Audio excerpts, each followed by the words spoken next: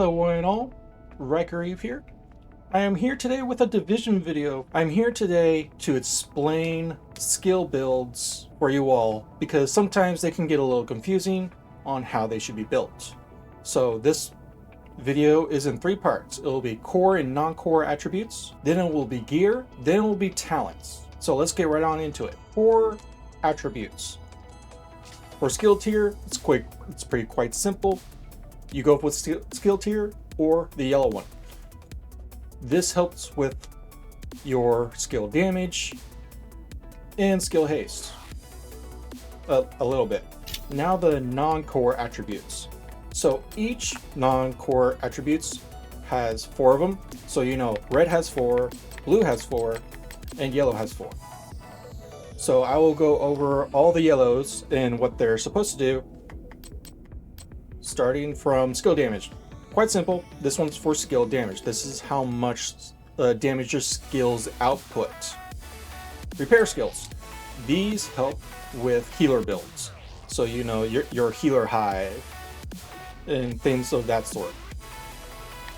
Skill haste. This helps bring your skills back faster if they're destroyed or you destroy them yourself. Status effects. This helps the duration of your status effect stay on the enemy that much longer. All right, now that we got those out of the way, let's go into gear.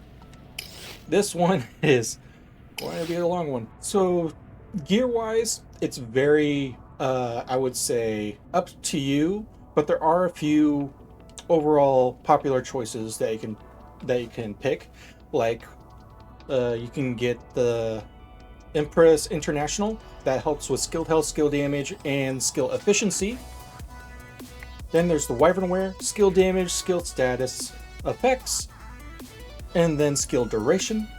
Golem gear, only if you can get the God roll, which I was happy to get with my status effect build. There's Hannah U, which helps with skill haste, skill damage, and weapon damage, so people usually go with just a 2 pairing for that.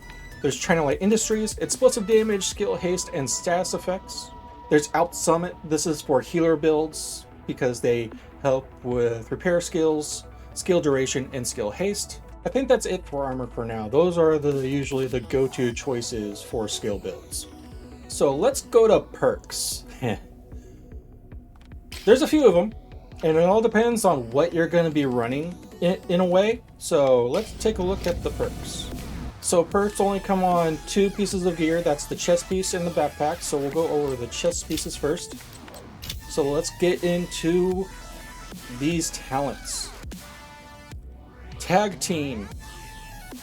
The last enemy you have damaged with a skill is marked. Dealing weapon damage to that enemy consumes the mark to reduce the active cooldown by 6 seconds. And that perk has a cooldown of 4 seconds, I guess. Kinetic Momentum is also another good one.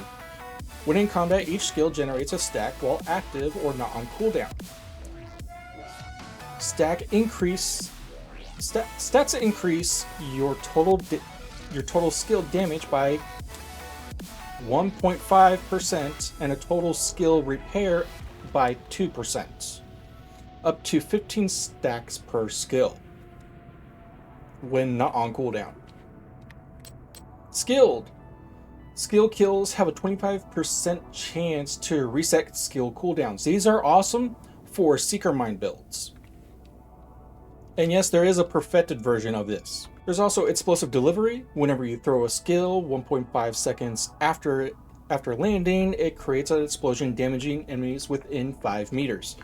Damage scales with skill tier, dealing 25 to 100% damage of the concussion grenade. So you know, just your normal concussion grenade. Empathic Resolve. This used to be a lot stronger than it is now. Repairing an ally increases their total weapon and skill damage by 3 or 15% for 20 seconds, 1 to 7 for self. My Artificer build, which I told you about, Kelb, used since I was running a tier 6 build, everyone was getting 15% damage on their skills at all times.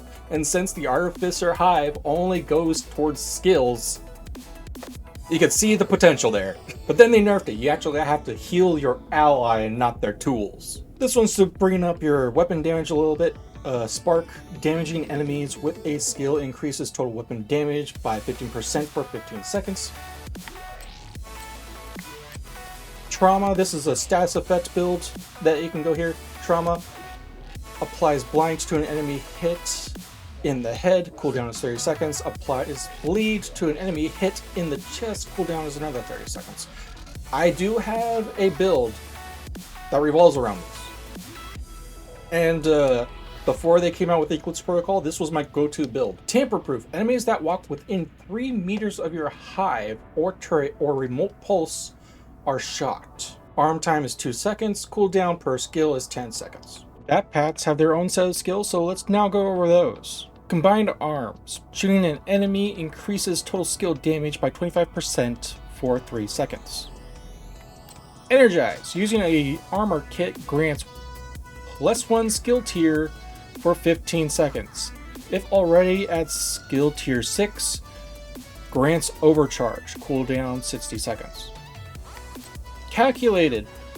Kills from cover reduce skill cooldowns by 10%. Tech support. Skill kills increase total skill damage by 25% for 25 seconds. Shock and awe. Applying a status effect to an enemy increases total skill damage and repair by 20% for 20 seconds. Protector. When your shield is damaged, you gain 5% bonus armor, and all other allies gain 15% of your armor as the bonus armor for 3 seconds. The reason why I'm including this is because shield, it goes off of both skill and the blue one. Creeping Death. When you apply a status effect, it is also applied to all enemies within 8 meters of your target. Wicked. Applying a status effect increases total weapon damage by 18% for 20 seconds. And that is it. That is all the information you need to know about what you need to make your build that you're trying to make. If you want to experiment, just call me or Slappy for skill builds. We will happily help you out. This is Ryker signing out. Have a good day.